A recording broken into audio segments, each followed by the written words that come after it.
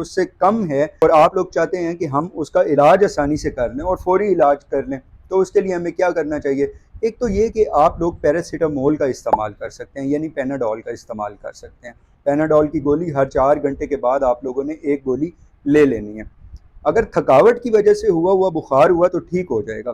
Anti biotic لینے سے پہلے اپنے ڈاکٹر سے رابطہ لازمی کر لیجئے گا، کیونکہ ہر اینٹی بایوٹک کا سائیڈ ایفیکٹ ہوتا ہے۔ کچھ اینٹی بایوٹک اسپیسیفکلی گلے کے لیے ہوتی ہیں اور کچھ اینٹی بایوٹکس آپ کے پورے جسم میں ہر طرح کے جراثیم کو مار دیتی ہیں، جو کہ اگین نقصان ہے آپ کے لیے۔ کیسے نقصان ہے اس پہ پھر کبھی ویڈیو بنائیں گے، لیکن ابھی کے لیے یہ بات آپ لوگوں کو پتہ ہونی چاہیے۔ جو میں نے آپ کو ابھی یہ بات بتائی ہے کہ تھکاوٹ کی وجہ سے ہوا بخار یا پھر کسی آٹو امیون ڈیزیز کا بخار ہوا ہوگا تو وہ آپ کے پیناڈول سے حل ہو جائے گا۔